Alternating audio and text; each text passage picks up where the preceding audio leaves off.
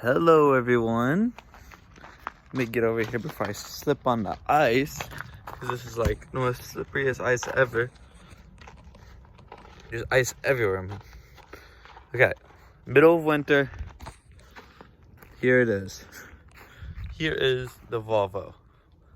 I'm gonna go over why I love this car and why I sold my beautiful, reliable, about to fall apart and maybe catch on fire the next week Camry. Okay, let's switch cameras.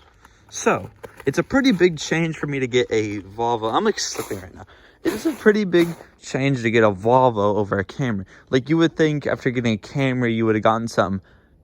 You wouldn't expect a Volvo. Like, what is, like, it's just not my, like, you would never expected me to get a Volvo. Well, I actually didn't plan on it. I was actually going to go get a Ford ST. You know, like the Ford Focuses. Holy crap. Okay. Dropped my keys. I'm going to go get, no, I don't know if I should get in the car. Here's the beautiful Volvo. I was planning to get a Ford ST, and I was called them, hey, I'm coming to go get, actually my first car was the Mazda Speed. I was going to get a Mazda Speed, and I found one. I messaged them, like, we actually sold that one. Like, bummer. Okay. So, and then, but just for you know, that Mazda Speed is going for $9,000. Just for you know. I was buying it from a dealership. I was not buying it from third party, which I should have. Then I looked at Ford STs, and they were $15,000, but like, you know, you guys, I can't find any cars, so like I might as well just buy the Ford ST for 15. Like, you know, I really like these cars, these Ford STs, and I called them too, and they didn't have the car out either. It's like, what am I gonna do? Tomorrow is my only day I can do this. So I went on Car Guru. Strongly recommend the app. It's pretty good for finding dealerships. And I just searched up sedan. Like, I'm not joking. Searched up sedan, and I saw this red Volvo s60r sitting there with these rims, everything done to it, just sitting there. And I was just like, it looks cool. But I wasn't really interested in the car. It's kind of like you know, when you get in a relationship, you're not really interested until you get into it. But that's how it was with this car. I wasn't really into it until I got into it. So then, checked out the car, and I instantly fell in love. These cars are quite crazy. They're pretty nice cars, a Volvo. But there's also, like, why did I choose a Volvo?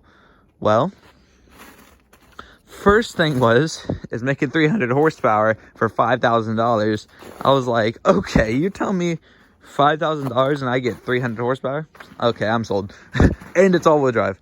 But yeah, don't let that entice you, because look, these cars are very enticing. All Volvos are very enticing. You're gonna see these cars and be like, dang, the specs, the type of stuff they have on them, the all-wheel drive systems, the Brembo brakes, you know, and you know, like all the stuff, nice stuff on them. It's just like instantly you're sold. Well, let's go over some of the things that you want to stay away from. Well, you gotta make sure whoever owned the car last maintenanced it. Please make that clear. They better have maintenanced it, because this car will break down on you any second if you do not take care of it. If you don't do an oil change, this thing will fall apart. If you turn this car on and just take off in the cold winter, it will break in half for you. Okay, your cylinder liners will crack. Okay, so best thing you can do with a Volvo is take care of it. They are nice, but you need to take care of them. And I would say with this interior from 2006, it is not dated anyway. I really enjoy it. It's of course it looks a little old, but technology is all there. I'm pretty happy with it, and I like the R badge. But like what I said before, these cars got to be maintained well, because you got to make sure you take care of everything. You got to have deep pockets to have these cars. Just for when I first bought this car, it had a misfire. You know, let me show you. So the ignition coils on these cars, tend to stop working. Well, they tend to actually, the little rubber gasket inside of them likes to go bad, and it gets all corroded. And what happens is well, it's actually under that cover, the ignition coil, and they like to get a little old, and air will seep in basically, and they won't get enough spark. I think I said that correctly. If you're a Volvo guy, be mad at me all you want. I don't know that much about these cars, but like, I've never had an ignition coil have a problem because I've only had older cars. But yeah, that's what happens, and they like to go bad after 40,000 miles. This car has 160,000 miles and has the original coils, so that instantly gave it away what was wrong with the car. And also, just so you know, these intake, this cone, this kind of like K&N intake. This is not K&N. I mean, it is K&N, but it's not. Never mind. These intakes are actually come from factory like this, with a casing over them. Of course, I took it off for more sound, and so is the sound dampening foam. Took that off for more sound. The guy that owned it last also put ultra racing stuff all over it. He put ones under the engine, 2 in the back, strut brace there, and strut brace in the rear trunk. So nice job for that. And he also gave me a little, you can see that, he put an IPD boost gauge, which is awesome. He also done some other stuff like an exhaust, so pretty nice. The car doesn't have much sound to it, but it's pretty nice. But other than maintenance, it's gonna be a nice car. And you know, the number one thing is the car won't be expensive as long as you take care of it. So if you keep up with the fluids, you change stuff when it needs to, you give the car some time to heat up, which is a big one, and you just give the car patience and not try to abuse it, it will last you forever. These cars, these Volvos, are very reliable. These engines, they can handle so many miles. I've seen people get 400,000, 300,000 out of these engines, no problem. I've seen people get so many miles. You just got to take care of them. So just don't abuse it. You can't dog on them like the Camrys or the Hondas, or actually any car you can dog, but you cannot dog on this. But let's take it for a spin, because, you know, why not? Let me show you the turbo sound. Isn't really, it's a cold start, so I'm gonna have to switch perspectives. But if you want to know the specs of these cars, usually all of them come with 5 cylinders. Just like that's their model. Usually the main model has a 5-cylinder, and the 2-liter one is pretty nice, but never seen it.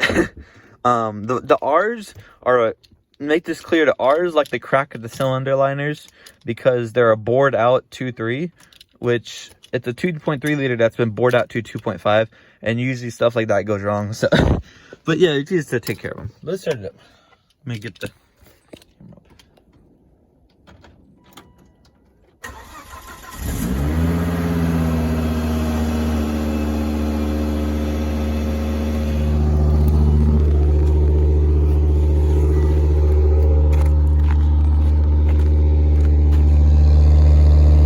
Sounds like a diesel, doesn't it?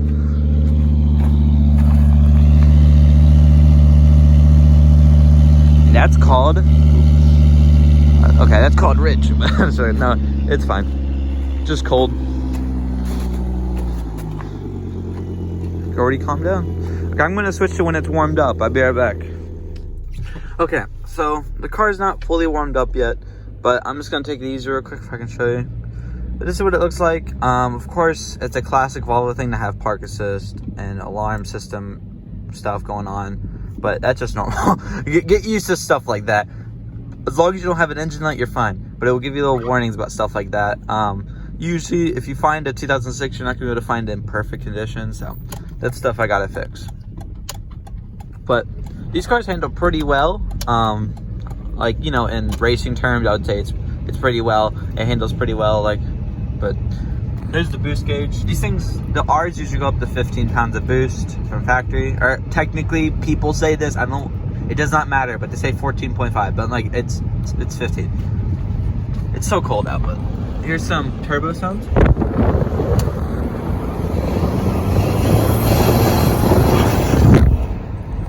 There's some turbo sounds for you. I don't know if you can hear it that well with all the wind going on the microphone. How am I gonna turn around? Crap. But yeah, These cars are very good in the winter, just like any all-wheel drive car. This has winter tires, so it's gonna have quite the advantage.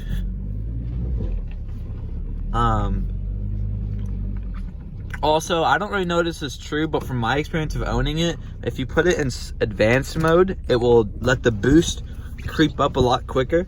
I don't know if that's actually natural. I think it could just be because it's geared down, but I'm not gonna do it right now because it's still cold. I'm not gonna put it in advanced mode though. There's some ice.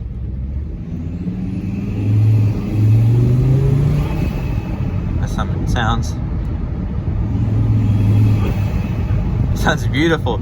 You can't hear it that well probably because it's probably not as loud as it is, but like right now it screams when you're right next to it.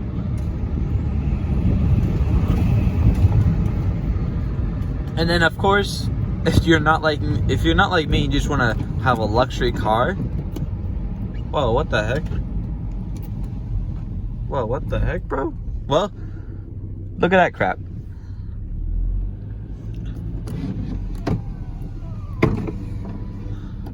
Crap.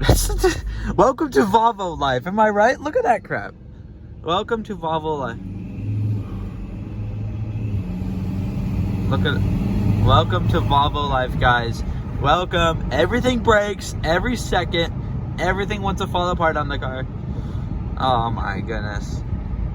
I'll be right back. Be right back, guys. I'm gonna force this window back in there because I'm gonna have cold air coming in my car all day. I'll be right back. Hello, everyone. It's midnight. It's not 6 o'clock. That clock is wrong, but it is midnight. Okay? The window is back. Okay? I want you to understand. I started at like around 10 o'clock in the morning when I recorded that part of the video. Now it is like 9 o'clock. Okay? So I tell you what, that's the life of owning a Volvo. But no, this has nothing to do with the liability of Volvos. This window stuff like this can happen in any car. But this is pretty dumb. But basically, it fell off the rail. I put it on the rail, and then it would not go up and down. Okay? Now, I had it on there, and I kept thinking it had to move. I kept thinking it had to move to the left because it was like pushed up against it. Like it would, every time it goes up, it would just stop midway, and it had like no power. I was like, what is going on? My battery died, so I had to recharge it. I'm gonna tell you what happened. I cannot explain it to you, but basically on the side there's a rubber rail that goes on the side door that goes down it, and it's exactly the same on the left side. So you have to have both. It has to be in front of both of them rails, as in front being the outside, and it has to be on them rails. If the problem I had was the left side was popped off the rail, and I didn't even know it. There's the rail down here. There's a rail down here that it connects to, and then there's the side rails. You have to connect it to them. They're little rubber rails, and that's what's going on. That's the reason it popped out at first, because it popped off the rail. So I'm telling you, this is a cool video, but back to the video, what we were talking about. We were talking about why I bought a Volvo. And I'm so tired. I'm probably just gonna end this video early because like it's so dumb. But I tell you what, Volvos are a nice decision to make because they're not as expensive as you think. I wish I could explain to you and show you stuff on Amazon, but most of the stuff that breaks on these cars, the community is well known for. They know exactly what breaks on these cars usually. And they usually have these parts readily available and cheap. Okay, so don't expect to get stuff that's going to be too crazy, too cheap. But like the sensor, the MAF sensor, it goes up to $170. But you know what? Go on Amazon, get it for $30. Okay, just saying. And also another thing, ignition coils. They're all bad. They're all bad. Okay, I had to buy all 5 of them. I went to AutoZone, the place that's supposed to be a little bit more cheaper than Volvo, $75 for one ignition coil. There's 5 cylinders on this car. And guess what? I went on Amazon again, and I typed in s60r ignition coils. And guess what? 5 of them for $51 with shipping. I tell you what, so if you got problems with these cars, just stuff like daily maintenance, stuff that can easily break, is super cheap. okay? Now, when it comes to engine stuff, like really specific engine stuff, like the blocks and like, you know, like the cams and stuff, like mechanical parts, that stuff will cost you money. But I tell you what, simple stuff like that will be so easy to fix. And like I said in the beginning of the video, these cars are very reliable. These engines are bulletproof, okay? They can handle it.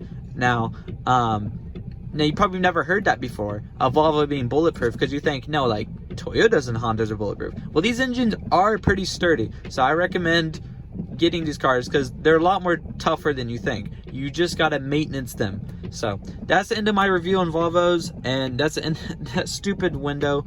I'm so frustrated. I just finished it, and the blistering cold, it's raining on me the whole time, snow everywhere in the car. I had to clean the whole car. So yeah, that's my review. And these cars are fun in the snow, but it's not fun to work on them in the snow unless you have a lift in some garage. But I worked in my driveway, so that's it. And also, if you want to get these S60Rs for performance, the automatic is not that bad. I recommend it. Does not matter, the manual or automatic doesn't matter. You get the same amount of performance. It's a 6-speed automatic, and I think it's a 5-speed manual. I don't know. I think it's a 6-speed or 5-speed manual. And I tell you what, it does not matter. Put this thing in sport mode, this thing will whip, bro. You can hoon this thing on the streets. But this thing's a lot of fun. Heat seats are nice. If you want to go on some nice drives, put in comfort mode. If it throws up an air code, your active chassis settings have an air code. You know what you do? You turn the key off and you turn it right back on. It disappears. The codes, they all disappear. You know, you got this warning light saying your car's in limp mode. Boop, boop. Turn it on, the car is a rocket again, okay? I did down the highway, pulled over, turned it off, turned it back on, took off, okay? And you know what? It's pretty easy stuff to fix on these cars. You just got to research. There's Swede Speed, a lot of Swedish websites for these cars. You get so much information. So many people go through the same problems. Or if you're not like that person, go on Facebook, join Volvo clubs, ask a question on forums or even online. You get so much info. Everybody's ready to help you. So these cars are not too tough. They're not too expensive to work on if you're just doing daily maintenance. If it comes to broken parts, certain parts will be more expensive than others, and some of them you cannot find secondary models of, so you're gonna have to pay big dollars. But I tell you what, if you take care of these cars, it would never dig your pocket out, because they're cheap if you take care of them.